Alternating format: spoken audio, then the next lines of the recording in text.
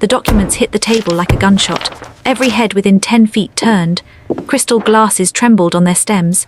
A waiter froze mid-step, tray tilted at a dangerous angle, eyes wide. The sharp crack of paper against marble cut clean through the orchestra, through the laughter, through 400 conversations happening simultaneously in the most expensive ballroom in Seoul. And in the ringing silence that followed, Kang Jun-seo leaned forward, both palms flat on the table, his face 6 inches from his wife's, and said it low and hard, and without a single trace of the man she thought she had married.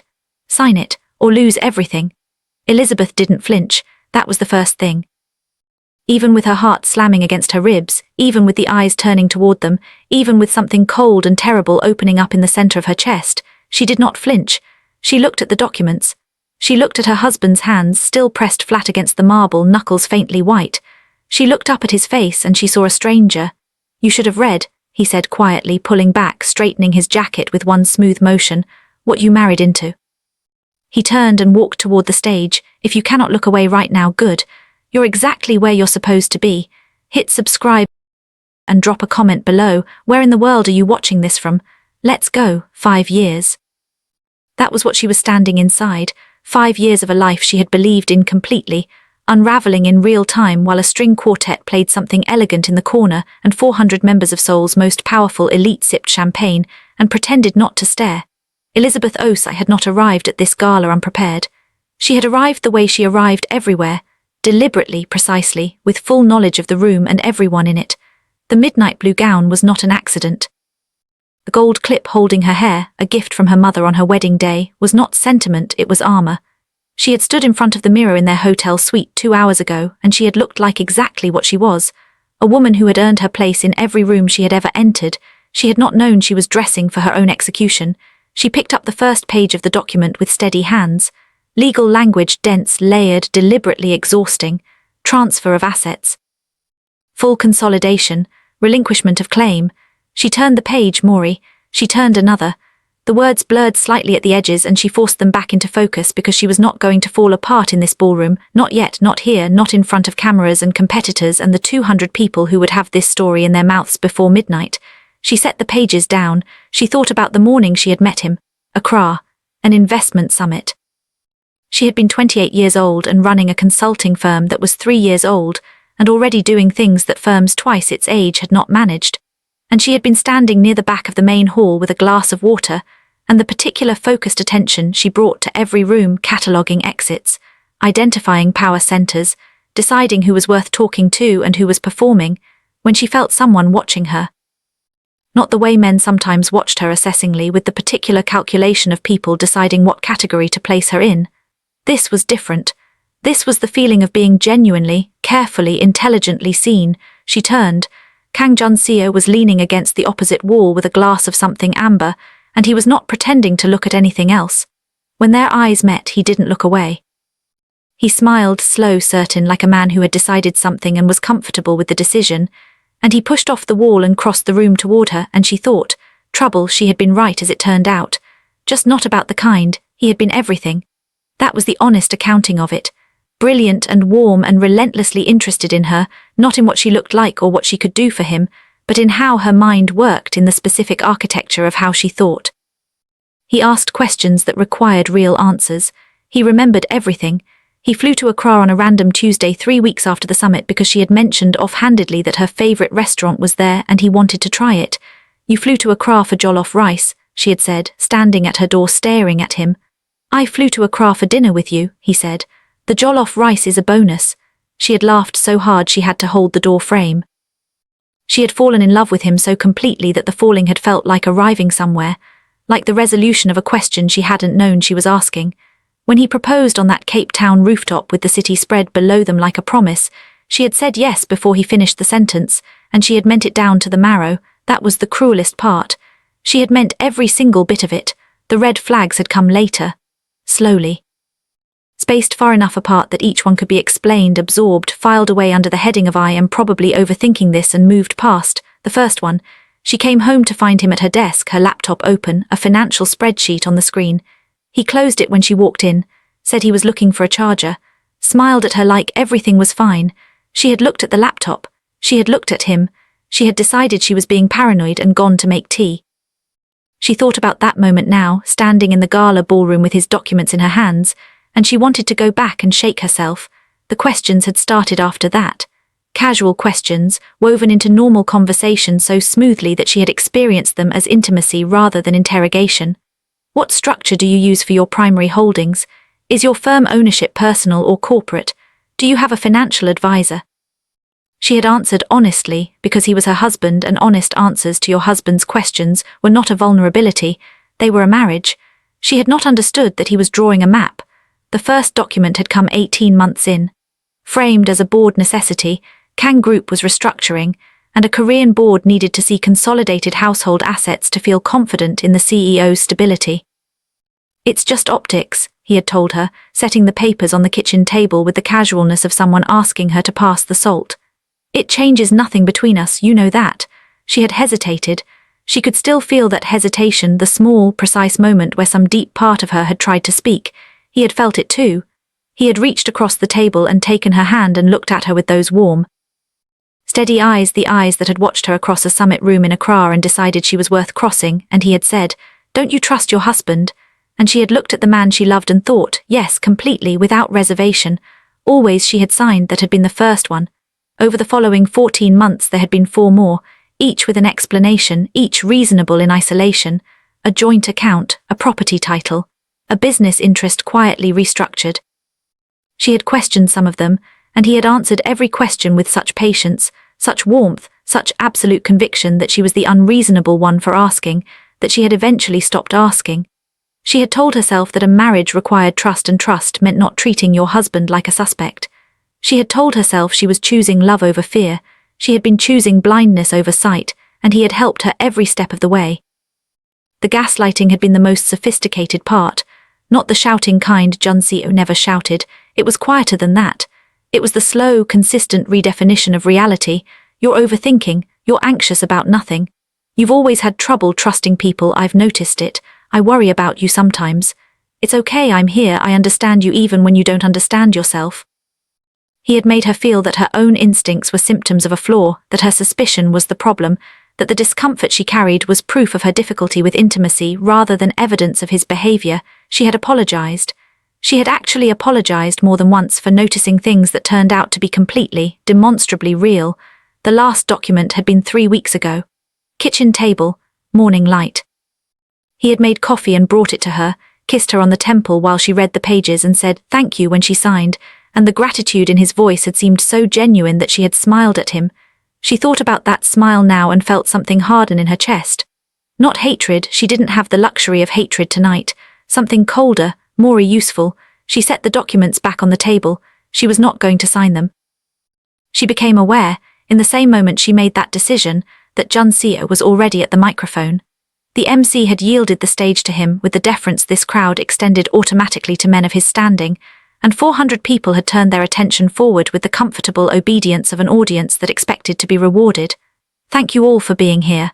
His voice filled the room, warm, public, the voice she had fallen in love with repackaged for performance. You know what Kang Group represents, you know what it has taken to build what we've built. A masterful pause, the room leaned in almost imperceptibly. Tonight I want to make an announcement. Elizabeth stood very still. As of today, effective immediately, I am the sole owner and controlling stakeholder of all Kang Group assets, properties and affiliated interests. His voice didn't change, smooth as poured concrete, just as immovable. All consolidation documents have been filed. The restructuring is complete. Murmur that moved through the crowd was the sound of 400 intelligent people doing rapid calculations. Furthermore, his eyes found her across the room, found her deliberately with the precision of a man who had rehearsed this moment. My wife, Elizabeth Osei, is no longer a party to any Kang Group business interests. She is no longer associated with this company in any capacity. Room went quiet in a different way now, the quiet of held breath. She felt the stares land on her one by one, some shocked, some curious, some carrying that particular avid hunger that certain people bring to other people's disasters. She felt the weight of every camera phone that had already found her face. She kept her expression still. She kept her spine straight. She gripped the back of the nearest chair hard enough that the knuckles of her right hand ached, and she breathed, and she did not give any of them what they were hopping for. In fact, Jun-seo continued, his voice dropping into something more conversational now, the most dangerous register, the one that sounds like honesty, I think transparency is important here. My wife entered this marriage with certain claims about her professional standing, about the value she represented. He let that sit. The reality was considerably different. I have documentation that demonstrates a pattern of, let's call it, creative accounting that I was not fully aware of until recently. A careful pause. I hope we can resolve this matter privately. I genuinely wish her well. I genuinely wish her well. Elizabeth heard the intake of breath around her, the crowd registering the implication, the beautiful, brutal efficiency of what he had just done. He had not accused her directly. He had done something more sophisticated. He had suggested in front of the entire room that she was the kind of woman whose finances didn't bear scrutiny. He had planted the seed without touching it. He had destroyed her reputation with the language of concern. She started walking toward the stage. She didn't plan it. Her body made the decision before her mind caught up. Just movement, forward momentum, the refusal to stand in the middle of the floor and absorb this. I think, Jun-seo said smoothly, glancing sideways with that small deliberate nod she recognized too late, that it would be best if this evening continued without disruption. They came from the sides of the room, two of them large, fast, professional. One reached her before she had covered half the distance to the stage. His hand closed around her upper arm with a grip that was designed to be controlling without being obviously violent, and she felt her forward motion arrested as though she had walked into a wall. Ma'am, his voice was flat, corporate, completely devoid of the acknowledgement that she was a person. Take your hand off me. Hers was not flat. Hers carried everything, 5 years of love, 5 years of trust, 5 years of documents signed at kitchen tables and in hotel suites, and in the offices of lawyers she had not known to distrust, all of it compressed into 4 words delivered with the precision of someone who was barely holding the line. You need to come with us. I am a guest. You've been asked to leave the premises. The second guard moved to her other side.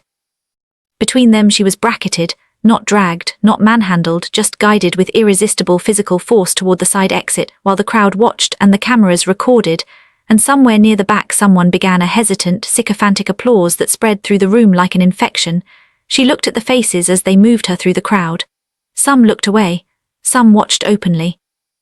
One woman, someone Elizabeth had sat next to at a charity lunch 3 months ago, someone who had called her such an inspiration over the salmon course, watched with wide eyes and an expression of undisguised fascination, and Elizabeth met her gaze for exactly 1 second, and the woman looked down at her champagne glass. The side door was 10 feet away. 8. 6. She could hear Jun-seo wrapping up behind her, smooth, warm, the voice of a man completely in control. She could hear the orchestra resuming. She could feel the night closing around her like a hand, and the gold clip her mother had given her caught on something as the guard jostled her and came loose and fell, and she heard it hit the marble somewhere behind her and could not stop to find it, and that small, stupid loss was the thing that nearly broke her. Not the announcement, not the documents, not the cameras or the crowds or the applause. Her mother's gold clip on a ballroom floor while strangers watched, the door opened, cold air, rain smell, the muffled roar of the city, and then a voice cut through everything, not loud, not aggressive, carrying no particular heat, and yet landing with the absolute authority of someone who had never once in their life needed volume to be heard. Let her go. Everything stopped, the guards stopped, the forward motion stopped. The whole terrible machinery of her public removal ground to a halt as though someone had found the switch, and in the sudden stillness Elizabeth felt the grip on her arms loosen by degrees, and she straightened up and she turned.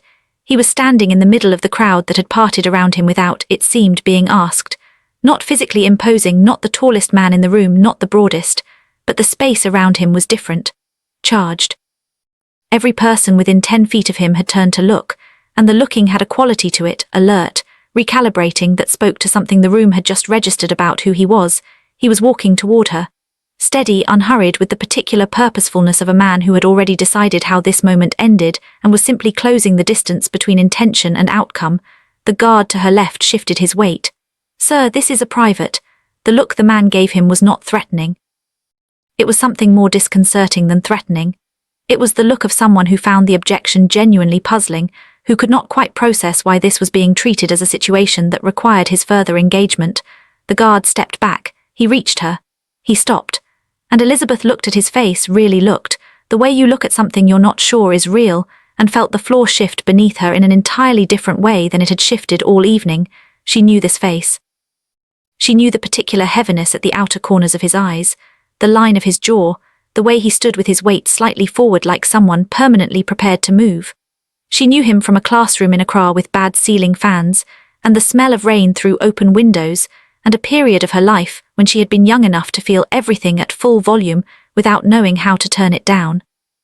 She knew him from the specific, embarrassing, completely real feeling of being 17 years old, and incapable of looking directly at someone without losing her train of thought entirely. Oh Seung-hyun, 15 years. 15 years and 2 continents and a marriage that had tried to unmake her, and here he was standing in the most expensive ballroom in Seoul at the worst moment of her life, looking at her with those same eyes that had never once in all her memory of them been anything less than completely, dangerously honest. "You haven't changed," he said quietly. And Elizabeth Osei, who had not broken when the documents slammed the table, who had not broken during the announcement, who had kept herself upright and intact through the guards and the cameras and the applause and her mother's gold clip falling on the floor, felt something crack open in her chest. Not destruction, something closer to the opposite. The particular fracture that happens when something that has been held under enormous pressure for too long is finally allowed to give. She looked at him. And the question that lived in the look, "How are you here? Why are you here? What does it mean that you are here?" hung between them in the cold air of the doorway while Seoul moved on outside, and the gala moved on behind them, and the whole world continued its indifferent spinning. He held her gaze. He didn't explain himself or perform concern or fill the moment with anything unnecessary. He simply looked back at her with those honest, heavy-lidded eyes and waited, with the patience of someone who had, it seemed, been waiting for a while already, for whatever came next. He caught her before she hit the ground. It happened fast. One moment Elizabeth was standing in the doorway, the cold air hitting her face, the crack in her chest widening into something she could no longer manage with sheer willpower, and the next her knees simply stopped working. Not dramatically, not the way it happened in films with a slow, graceful descent. It was sudden and ungraceful and completely human, her legs going out from under her like a table with one leg kicked away, and Seung-hyun moved before she had even fully started falling. His arm came around her waist hard and fast, and he pulled her upright against him with a force that knocked the air from her lungs, and for a moment they were locked together in the doorway, her hands gripping the lapels of his jacket without having decided to, his arm like a bar of iron at her back, his other hand coming up to cup the side of her face with a gentleness that was completely at odds with the grip at her waist. And she felt his breath against her temple and heard him say, low and urgent, directly into her ear, "Don't you dare." She almost laughed. It came out as something between a laugh and a sound she didn't have a name for. "Don't I dare what?" she managed. "Fall apart in this doorway while he's still in that room." His voice was quiet, but it had an edge to it, not cruelty, nothing like cruelty, but the particular forcefulness of someone who needed her to stay with him. "Not here, not where they can see it." She pulled in a breath, then another. She felt his hand at her face, his thumb tracing once, just once, a single deliberate movement across her cheekbone, and the touch was so unexpectedly tender that it almost undid her completely all over again. She straightened. His arm at her waist loosened by degrees but didn't disappear entirely, and she was grateful for that, more grateful than she would ever tell him, at least tonight. "I'm fine," she said. "You're not fine, I know, but I will be." He looked at her for a long moment, close enough that she could see the detail of his eyes, dark and layered, and holding something she wasn't ready to examine yet. Then he nodded, a single decisive movement, and turned without releasing her waist entirely, steering her gently but completely away from the door and toward the street. "My car," he said. Now. She didn't argue, the drive was 15 minutes. He sat close enough that their shoulders touched, and he didn't move away from the contact, and neither did she, and the city passed outside the windows in streaks of gold and white, and nobody said anything for a long time. Then he said, "How long did you know?" She turned to look at him. His profile in the passing light was composed, jaw set, eyes forward, but there was tension in it, a tightness that she recognized after a beat as anger, not at her. Something contained and banked and controlled, the anger of someone who had seen something happen that they could not intervene in fast enough.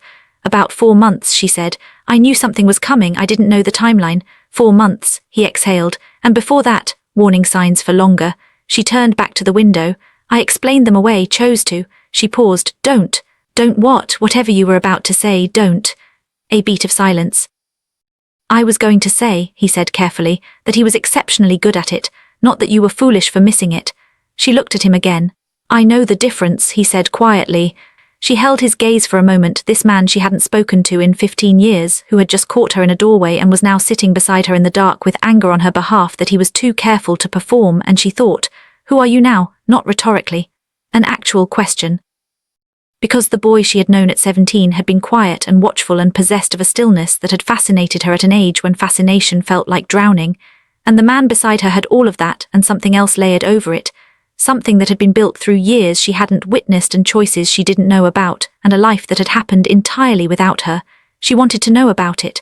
All of it. She looked back at the window and kept that thought to herself. The hotel was quiet.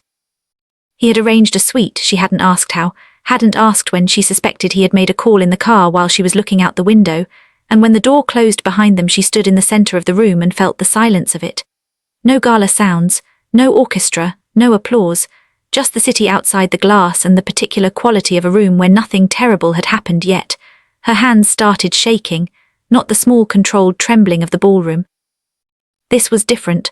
This was the body finally being told it was safe enough to be honest, and the honesty came up through her in waves, her hands first, then her shoulders, then the breath catching hard in her chest and refusing to smooth out, and she pressed her palm flat against her sternum and stood very still and tried to ride it. She felt him behind her before she heard him move. He didn't touch her, just came close, close enough that she could feel the warmth of him at her back, and he said nothing, and that nothing was the most precisely correct response to the moment, and she didn't know whether to be grateful or terrified by how completely he seemed to understand what she needed. I kept signing them, she said. Her voice was raw, stripped of everything. Every time something felt wrong, every time I hesitated, he would look at me and say, she stopped. Pressed harder against her sternum, he made me feel like the problem was me, like the suspicion was me, like my own instincts were a character flaw I needed to apologize for. A sound came out of her, not quite a sob, something harder than that, and I apologized, I actually apologized for noticing the truth. Elizabeth, his voice was very low, I'm not a naive woman. The fierceness in it surprised even her. I have built something real, I know how this works. I have sat across tables from some of the most sophisticated financial minds in 3 continents, and I have held my own completely, and I still, her voice fractured, he still, hey, his hand came to her shoulder, turned her gently but with clear intent so that she was facing him. His eyes found hers immediately and held them, and the directness of it was almost physical, like being steadied by something external when your own balance has gone. What he did required years, patience, deliberate sustained effort. That is not a reflection of your intelligence, it is a reflection of his capacity for calculated cruelty. His jaw was tight. Those are not the same thing, I know that intellectually. Then let yourself know it the other way too. His thumb moved along her shoulder, a small movement, barely anything, but she felt it through the fabric of her gown and down through the layers of the evening and into something much more fundamental. You are allowed to have been hurt by someone you loved. That doesn't make you less, it makes you human. She looked at him for a long moment. You're very different, she said quietly. From what? From the boy I remembered. Something shifted in his face, barely perceptible, but she was very close and she caught it. Something that moved through his eyes and was gone before she could name it fully, but left an impression the way fast light leaves an impression, brief and vivid and not easily forgotten. 15 years is a long time, he said. What did you do with it? Built things, broke some of them, built them again better. A pause. Thought about Accra more than was probably rational. Air between them changed. She felt it, the specific atmospheric shift that happens between 2 people when something that has been present but unacknowledged is suddenly, without being named, acknowledged. Her breath was careful now. His hand was still on her shoulder and neither of them had moved, and the city was doing its indifferent brilliant thing outside the glass, and none of that was what she was aware of. Hyun, she said. Not tonight, he said. His voice was quiet and certain and not unkind. Not like this. He looked at her steadily. When this happens, and it will happen, the certainty in those words landed somewhere deep and warm, it won't be because you've just survived the worst night of your life. It won't be because you needed someone and I was there. He held her gaze. It will be because you chose it clearly with everything in front of you. She stared at him. That is either the most honorable thing anyone has ever said to me, she said slowly, or deeply aggravating. Probably both. She laughed. Actually laughed, real, sudden, startled out of her, and it broke something loose in her chest that had been locked tight all evening. And when it subsided, she felt emptied out in the best possible way. Lighter, more like herself, she stepped back. He let his hand fall from her shoulder. They looked at each other across the new distance, and it felt manageable now. Real. Sit down, she said. I need to show you something. She pulled the second phone from her bag, the matte black one, the one registered to an entity that shared no name with any document Jun-seo had ever touched. She unlocked it with 12 digits, opened the application and held the screen toward him. He took the phone, looked at it. The numbers on the screen were substantial, the kind of numbers that required a moment of quiet recalibration before you could process them properly. She watched his face and she watched him doing that recalibration, and then he looked up at her. This is yours, he said. All of it, the consolidated accounts. He took 20%, she said. Approximately. He mapped what I showed him. He built his entire strategy around a version of my finances that I constructed specifically to be found. She took the phone back. The firm he knows about is real, the accounts he merged are real, the assets he co-registered real, but they represent a deliberate portion of my actual holdings. Everything underneath them is clean, separate, invisible to anyone who wasn't given access, and Jun-seo was never given access. Seung-hyun was very still. You built a decoy, he said. I built a decoy. She set the phone on the table between them. I am an African woman doing high-level business across international markets. If you think I reached this point without planning for the possibility that someone would try to take what I had, she looked at him levelly.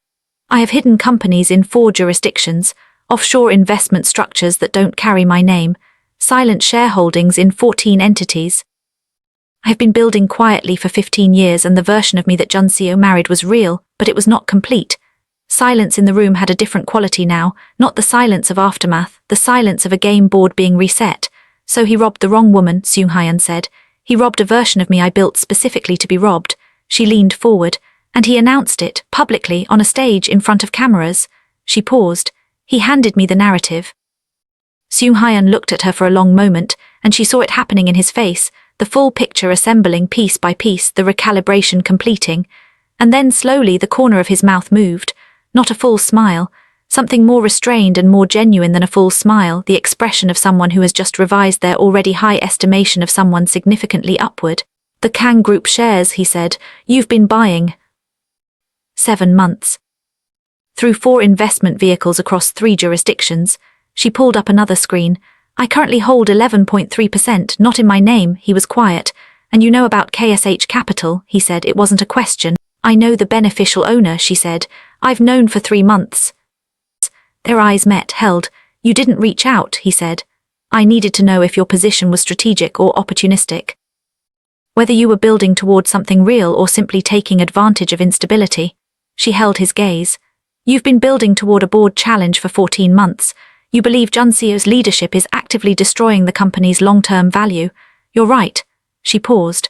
Your 8% and my 11, combined with Director Lim's 7, that's 26% against his effective holding, which is about to become considerably less than he thinks it is. The transfer documents, Seung-hyun said, there's an error. She said it the way you report the weather. Specific, deliberate, irrevocable. His lawyers haven't found it yet. When the FSC does, she let the arithmetic sit between them. Seung-hyun stood up. He crossed to the window and stood looking out at Seoul. The city spread below them, indifferent and brilliant, and she watched his back and the set of his shoulders, and the way he stood with that characteristic forward weight, always prepared, always ready. She had been watching those shoulders since she was 17 years old, and they still had the same effect on her equilibrium that they always had, which was something she was choosing not to examine in detail at present. He turned. What do you need from me? He said. Your 8% voting in alignment with my motion at the board meeting. She stood too. Your network, specifically your contacts at the FSC and at 2 of the financial publications that have been looking for an angle on Kang Group for months. She crossed toward him. And your word that when this is done, when he is removed and the company is restructured properly, you will hold your position as a shareholder and support stable governance going forward. That's all. That's everything. He looked at her. She was 3 feet away now, and the city light was coming through the window and catching in her eyes, and he was looking at her with that expression again. The one she had caught in the car and almost named, the one that moved through his face too fast for complete analysis, and this time it stayed longer. This time she had enough of it to work with. It was not admiration. It was deeper than admiration. It was the look of someone seeing something they recognized, something familiar from a long time ago, magnified and clarified and made more completely itself by everything that had happened since. You have my word, he said quietly. She put out her hand. He looked at it. Then he took it, and his grip was firm and warm and entirely controlled, and the handshake lasted exactly as long as a professional agreement required and not a single second longer, and when he released her hand, she felt the absence of his grip like a temperature drop. "Get some sleep," he said. "Tomorrow we start." Tomorrow started before dawn. Elizabeth was at the desk by 5, her second phone and her primary laptop both open, 2 secure calls already made to her legal team in London before the Seoul skyline had fully lightened. The team, 3 of the most expensive restructuring lawyers in the country, briefed entirely through encrypted channels, had been on standby for 6 weeks. They moved within hours. The FSC notification was filed at 9:47 in the morning. Seung Hyun's contact at the commission was not told what to look for. He was simply given access to the documentation, and he was good enough at his job to find it himself. The error in the transfer document was identified, reviewed, and flagged by 11. By afternoon, the reference number existed, and the machinery was moving, and there was nothing Jun-seo could do to stop it because the machinery was not his to stop. The first journalist called Seung Hyun at 6 in the evening. He was in Elizabeth's temporary office when the call came. They had been working side by side for most of the day. 2 people who operated at similar velocities and had discovered the particular productive electricity of being in the same space with a shared objective. And he took the call standing at the window, and she watched him from across the room and listened to the measured, precise way he directed without appearing to direct. And thought about the 17-year-old boy who had been quiet and watchful in a Hotokra classroom and understood that the man he had become was not a departure from that boy but a completion of him. He finished the call, turned. "He'll have the story in 3 days, he said. "Make it 2, she said. He looked at her. 2. He announced it in 2 days on a stage. 2 days is appropriate. Story ran the next afternoon. By evening it had been picked up by 4 other publications.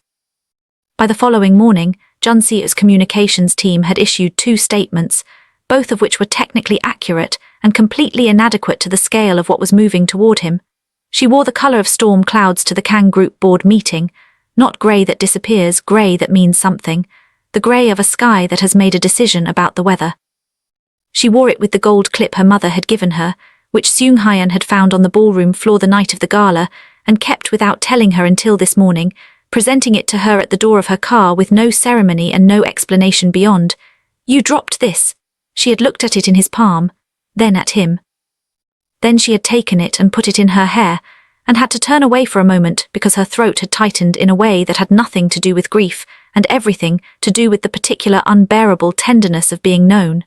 Jun-seo was already in the boardroom. He looked like a man who had not slept, the specific deterioration of someone who has been waiting for a threat to materialize, and has been sustained through the waiting entirely by the belief that it won't. He looked, when Elizabeth walked through the door, like a man watching the thing materialize. "You don't have standing here," he said. His voice had the right shape, wrong energy entirely. 11.3% of Kang Group, she said pleasantly, setting her folder on the table with the unhurried precision of someone who is not performing confidence because they don't need to, plus the 8% held by Oh Seung Hyun, whose beneficial ownership was formally declared to this board at 8 this morning. She looked around the table. "That's 19.3, plus Director Lim's 7. She looked at Jun-seo. 26 against your effective holding, which, she glanced at her lawyer who slid a document toward the board chair, as of the FSC's preliminary finding issued 2 hours ago, stands at 49%. Room was completely silent. "That's impossible," Jun-seo said. "My holding is 60. "Was 62, said her lead lawyer. He had the particular tone of a man who had delivered catastrophic news so many times it had become neutral. The transfer document dated March 3 contains a deficiency rendering the associated movement non-compliant under Section 47. The FSC reference number is in front of you. He nodded toward the board chair. "They'll want his confirmation." Jun-seo turned to his own lawyers. She watched him do it. She watched the rapid, desperate exchange, the hushed conference, the papers pulled out and scanned, the specific expression on his lead counsel's face that was the expression of a man who has just found the crack in the foundation and understood that it has been there the whole time. His lawyer leaned back. Jun-seo looked at Elizabeth. "What do you mean I don't have majority control?" His voice came out stripped of the boardroom smoothness, raw at the edges. She recognized the rawness. It was the sound of someone experiencing for the first time what the ground feels like when it goes. She let the question sit for exactly as long as it needed to. Then she said, "You took everything, remember?" She tilted her head slightly. You stood on a stage and said it to 400 people. You said I had nothing. She paused. So I had nothing to lose. His face did something complicated and irreversible. The motion, said Seung-hyun from the far end of the table, his voice cutting through the silence with surgical precision. He slid a document toward the center. Full independent audit of all asset transfers executed in the previous 24 months. Suspension of executive authority pending the FSC review. Interim governance committee. He looked at the board chair. Shall we vote? 7 hands. Jun-seo counted them twice. They were still 7. He pushed back from the table so hard his chair hit the wall behind him. Every head in the room turned. His face had gone past composed, past controlled, past even the careful performance of authority he had worn like a second skin his entire career. What was left underneath all of that was uglier, the face of a man who had built an entire architecture of control and was watching it come down around him and could not stop it and could not accept it and could not locate the angle that made it reversible. He pointed at Elizabeth. You think this is over? His voice was low and shaking. You think this changes anything? I will tie this up in court for years. I will make sure that every single... Seung-hyun was out of his chair before the sentence finished. He didn't raise his voice. He didn't need to. He simply stood up and moved to Elizabeth's side of the table in 4 steps and placed himself between her and Jun-seo with the quiet, absolute finality of someone drawing a line in permanent ink. And when he looked at Jun-seo, his expression was the most dangerous kind, not hot, not aggressive, but completely and utterly still. That's enough, he said. Jun-seo stared at him. Something in the stare calculated, assessed, found the calculation unsatisfactory. You're choosing her over. I'm not choosing anything, Seung-hyun said. I'm telling you that this meeting is over, your motion has been voted on, and the board chair will be in contact with your legal team regarding next steps.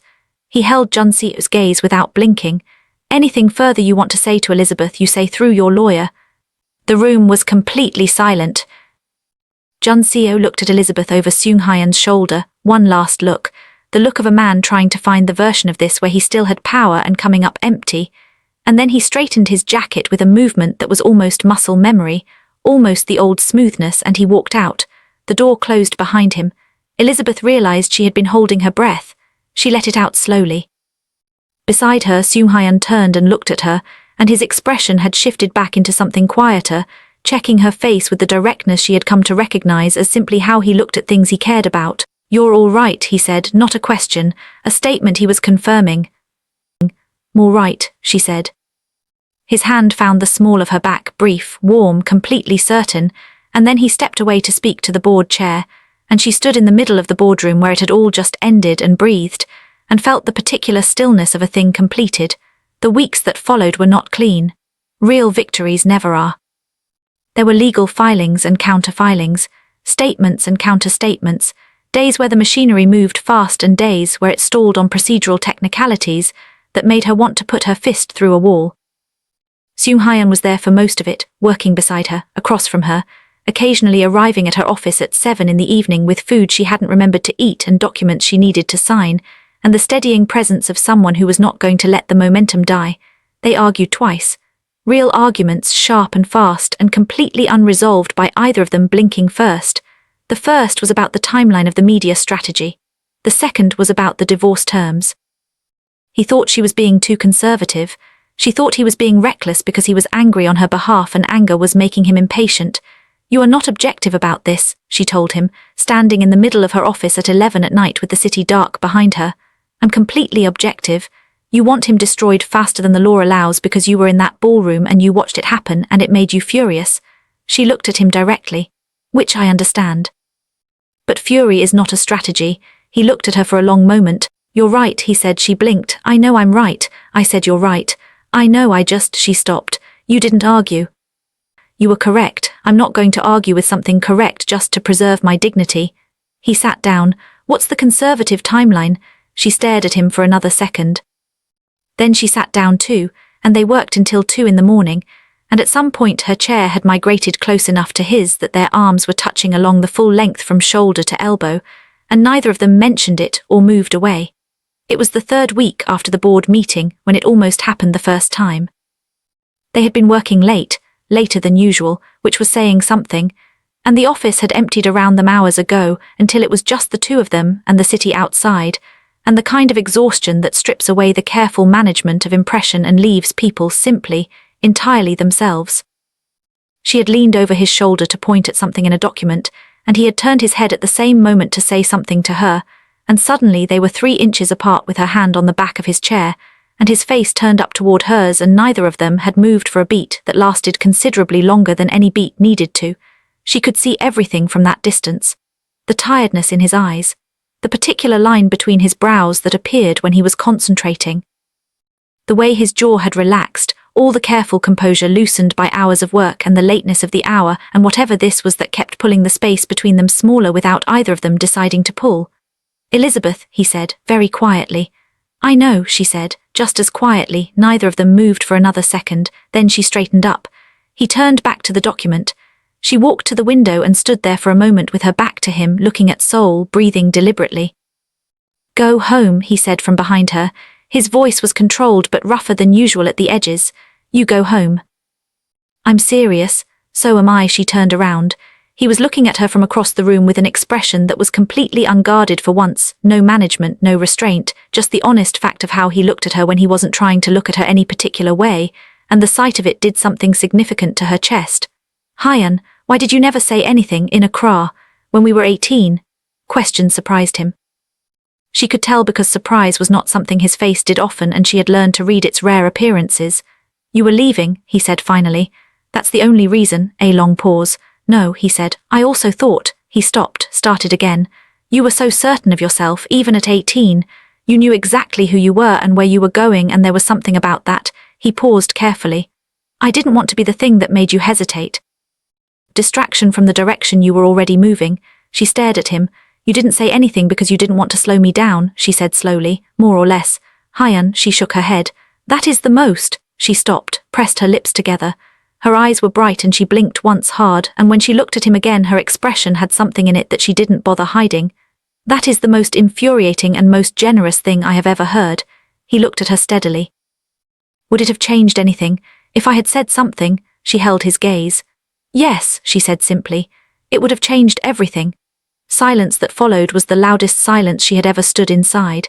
He looked at her for a long moment, and she looked back, and 15 years of separate roads and one terrible marriage and every late night and argument and careful restraint between them sat in the air, fully accounted for, not dismissed but not insurmountable either. He picked up his jacket from the back of the chair. "Soon," he said.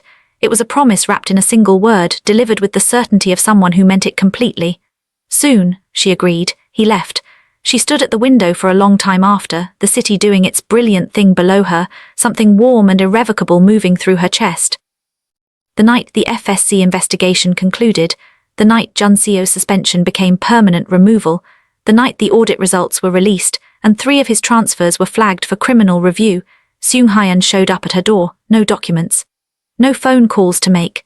Just him in a jacket and no tie, holding a bottle of wine she recognized as Korean and expensive. She opened the door wider. They sat on the floor of her Seoul apartment. She had taken her own apartment 3 weeks ago, the first space that was entirely hers, decorated with nothing sentimental and everything useful, with the wine between them and the city below and the particular quality of silence that follows a long hard thing finally being finished. "How do you feel?" he asked. She thought about it properly. "Like I want to sleep for a month." A pause. "Like I would not change any of it. The marriage, the betrayal, the documents, the gala." She looked at her glass. Not because it wasn't terrible, because of what it clarified. She looked up. "I know exactly who I am now. I knew before, but now I know the way you know a thing that has been tested and held." She paused. "That's not nothing." He was watching her. The expression on his face was the fully visible version of the one she had been catching in fragments all these weeks. The one that moved through his eyes when he thought she wasn't looking, the one she had been carefully, deliberately not examining because the timing had not been right, and she had told herself to wait. The timing was right now. She looked at him, really looked, the way she had been not quite allowing herself to look for weeks, and she took stock of everything in front of her. The man who had caught her in a doorway at the worst moment of her life, who had sat in a hotel chair and said not tonight, not like this when it would have been so easy, so human, to let the moment carry them somewhere they hadn't chosen, who had stood between her and Jun-seo's pointed finger without being asked, who had worked beside her for weeks and argued with her honestly and found her mother's gold clip on a ballroom floor and kept it until the right moment, and said you dropped this as though it were nothing, as though the gesture required no acknowledgement, who had stayed silent at 18 so she could move freely toward the life she was building, and who had spent 15 years being the kind of man that made that decision feel like exactly the right one. Hyun, she said. Yes. You said that night at the hotel, you said when it happened it would be because I chose it clearly. She held his gaze, with everything in front of me. Remember, I have everything in front of me now. She looked at him steadily, with the same directness she brought to balance sheets and board tables and every situation that required her full, honest attention. I'm choosing clearly. He looked at her for a long, still moment. The city was doing its brilliant, indifferent thing below them, and the wine was barely touched between them, and everything that needed to be resolved had been resolved, and everything that needed to be said had been said, and there was nothing left to wait for. He reached out and touched her face, the same gesture as the doorway, but slower now. No urgency.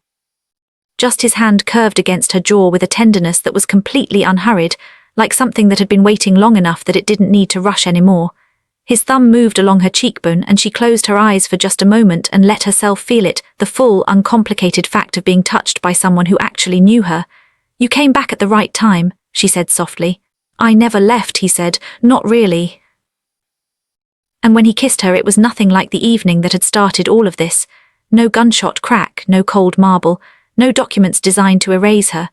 It was quiet and certain and tasted like something that had been true for 15 years, and was only now being allowed to be itself, unhurried and completely real. Her hand found the front of his jacket and held on, and his arm came around her fully, and she felt him smile against her mouth, just slightly, just briefly, and she thought, there it is. The full smile. The one she had been catching only the edges of for weeks. It was worth the wait. Seoul moved on outside the windows, and Elizabeth Osei, who had survived the systematic dismantling of a life she had built and emerged from it more completely herself than she had ever been, finally entirely let herself land somewhere that felt like home, not because someone had given it to her, because she had chosen it, clearly, with everything in front of her. And that is the complete story of Elizabeth Osei, the woman who refused to be erased. If you felt every single second of that, if you were holding your breath in the boardroom and smiling at the ending, then you know exactly what to do. Like this video right now. Subscribe if you haven't already. Share it with someone who needs to see a woman win completely, win the battle, win the war, and win the thing that matters most. Drop a comment and tell me, what was your single favorite moment in this entire story? The gala, the boardroom, the almost moment in the office, the ending. Thank you for staying until the very last word, and I will see you in the next story.